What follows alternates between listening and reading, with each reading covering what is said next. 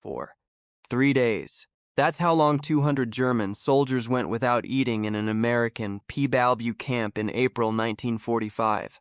Not because there was no food. Not because the food was spoiled or contaminated. They refused to eat because they thought American rations were beneath them. Let that sink in. April 1945. Germany was losing the war. Their cities were rubble. Their people were starving in the streets, eating sawdust bread and whatever scraps they could find. But these 200 prisoners, safe in an American camp, beds, shelter, good food being served 3 times a day, they sat there with their arms crossed and refused to touch it. The food they refused? White bread, vegetable soup with real meat, canned beef, coffee, sugar. Most German civilians would have killed for that meal. The American mess sergeant couldn't understand it. The camp commander couldn't understand it. So they did what you do when something makes no sense. They sent it up the chain of command. By the next morning, it was sitting on George Patton's desk. This is what he did. The mess sergeant's name was Michael O'Brien. Staff sergeant from Boston, 32 years old. He'd been running POW camp kitchens for 6 months by April 1945. He'd seen everything. Prisoners who cried when they saw real bread. Prisoners who ate so fast they made themselves sick. Prisoners who got down on their knees and thanked the guards for food. But he'd never seen prisoners refuse to eat, especially not good food. April 16, 1945. Lunchtime. O'Brien served 200 German prisoners from the 116th Panzer Division. Standard American military rations. Same food American soldiers ate. Same food the other prisoners in the camp ate without complaint. But the 116th Panzer men just sat there, staring at their trays, not touching anything. O'Brien walked down the line, trying to understand. What's wrong with the food? A German prisoner looked up. Didn't seem angry, just disgusted. This is not proper food. We are German soldiers. We cannot eat this. O'Brien blinked. You're refusing to eat? Yes, this food is beneath us. If forgotten stories like this interest you, I dig into a new one every week. Subscribe if that sounds worthwhile. O'Brien reported it to Lieutenant James Parker, the camp's executive officer. Parker was 26, from Chicago. He came to the mess hall and saw it himself. 200 full trays, 200 Germans sitting with their arms crossed. He tried reasoning with them. Gentlemen, this food is provided under the Geneva Convention. It's good food you need to eat. A German corporal stood up. His name was Ernst Weber. He spoke better English than the others. Lieutenant, we appreciate that you are following the conventions. But we cannot accept American food. It is not what German soldiers eat. We request German military rations, or we will not eat. Parker stared at him. Let me get this straight. You're refusing to eat, not because the food is bad, but because it's not German. Correct. You understand you're prisoners. You don't get to make demands. Weber's face stayed calm. We are not making demands. We are simply choosing not to eat food that is beneath our standards. Parker walked straight to the camp commander. Colonel Robert Hayes was 41 years old, from Philadelphia, career officer. He'd seen a lot in this war, but this was new. He walked to the mess hall, saw 200 Germans sitting there, not eating, arms crossed, waiting. Hayes addressed them directly. I'm told you're refusing this food. I want to understand why. Weber stood again. Colonel, with respect, this food is not appropriate for German soldiers. We maintained certain standards during the war. We wish to maintain them now. Hayes was quiet for a moment. You maintained standards while you were losing? We fought with honor, sir. And now you're hungry but too proud to eat American food. We would simply prefer German rations, as we are German soldiers. Hayes looked at the full trays, the waste, the arrogance. He made a decision. Fine, you don't have to eat American food. Sergeant O'Brien, remove all the food. Don't serve this unit anything. They've refused our rations. We'll respect that choice. The Germans looked confused. 4. Weber spoke up. Sir, we simply request German military rations instead. Hayes turned to him. We don't have German rations. We have American rations. You've refused them, so you get nothing. Dismissed. 4. Music. Silence. Drop all music. The guards cleared the mess hall. The Germans went back to their barracks. Still hungry, O'Brien asked Hayes, Sir, how long do we withhold food? 4. Until they eat what we serve them, or until I get different orders. That afternoon, Hayes wrote a report, detailed what happened, sent it up the chain. It reached division headquarters, then Corps. 4. By the next morning, it was sitting on Patton's desk at 3rd Army headquarters. Patton read it over breakfast. His face got harder with each line. His aide stood nearby, waiting. Patton put the report down. 4. 200 Germans refusing American food because they think it's beneath them. Yes, sir. Camp commander has suspended their rations, waiting for guidance.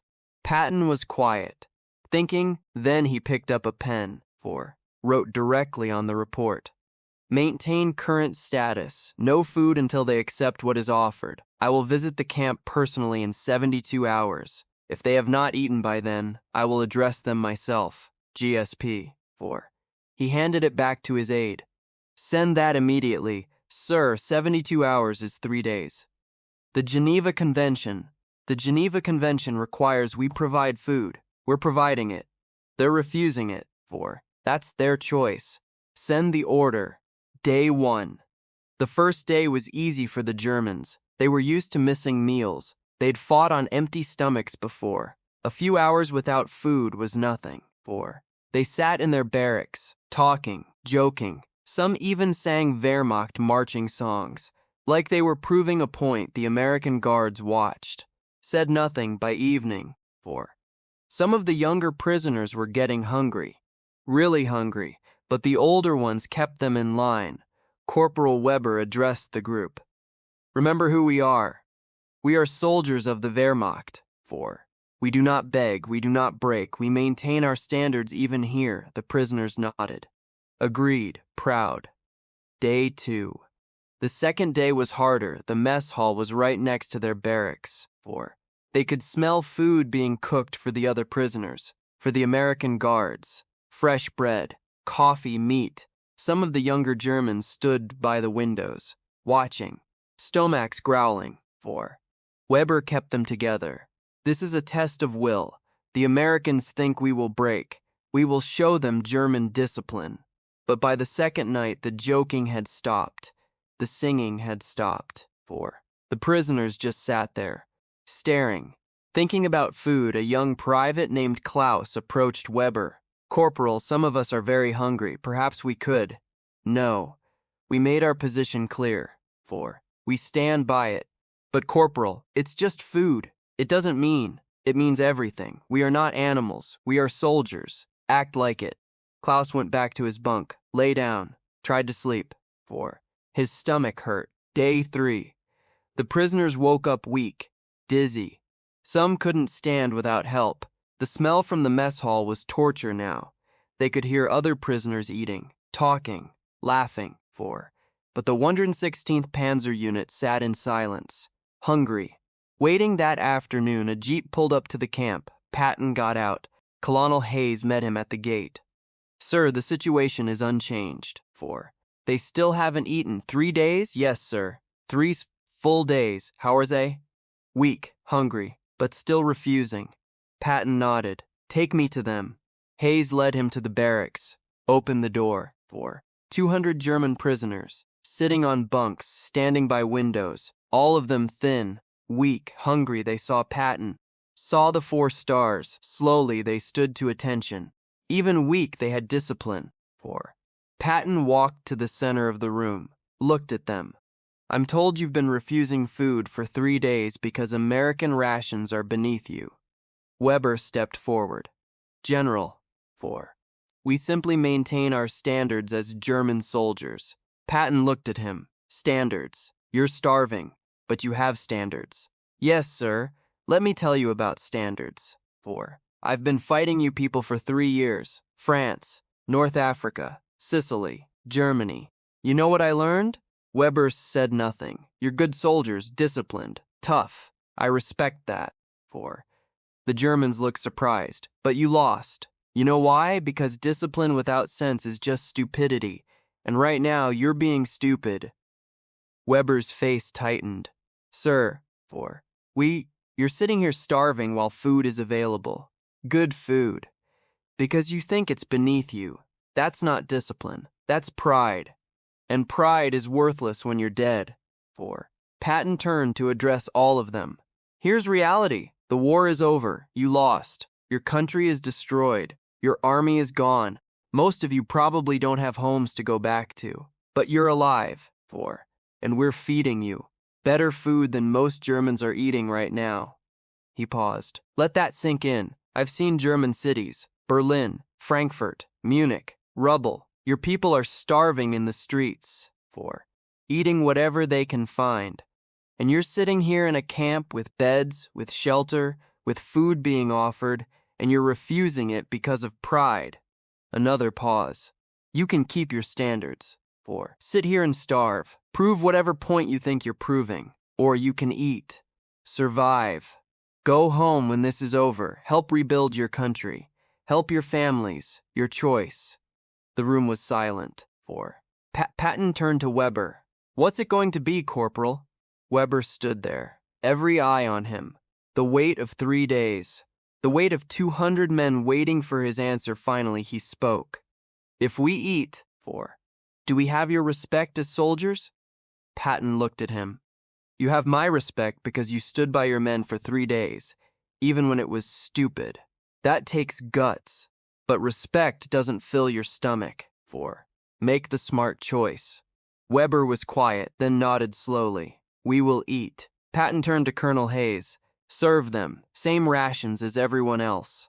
Within an hour, the mess hall was full. 4. 200 Germans eating American bread. American soup. American coffee. Some of them cried while they ate. Some couldn't eat fast enough. Some ate slowly, savoring every bite. Weber sat with his men, eating, quiet. 4. Lieutenant Parker stood nearby, watching. He leaned over to Sergeant O'Brien. 3 days. All because they thought American food was beneath them. O'Brien nodded, and one speech from Patton broke them. 4. Parker shook his head. He didn't break them. He gave them permission to let go. The 116th Panzer Unit never refused food again. They ate what was served. They survived. 4. Most of them went home when the war ended. Here's something the history books don't mention. 6 months after this happened, Ernst Weber wrote a letter to 3rd Army Headquarters, addressed to General Patton. 4. The letter was filed away in archives. It wasn't discovered until 2003. In it, Weber thanked Patton, not just for the speech, but for treating them like men instead of animals. 4. For showing them that surrender didn't mean shame, Weber wrote, "You gave us permission to survive. In Germany, we were taught that surrender was dishonor. That pride was everything." 4. You showed us that pride without wisdom is just another way to die. I went home. I saw my family again. I helped rebuild because you gave me permission to let go. 4. The letter ends with a line that still hits hard. I thought refusing your food made me strong. You showed me it just made me hungry. Real strength is knowing when to stop fighting. 4. Patton never responded to the letter. He died in December 1945, before it reached him. But Weber's words sum up something important about this war. Thousands of German soldiers sat in POW camps in 1945, 4.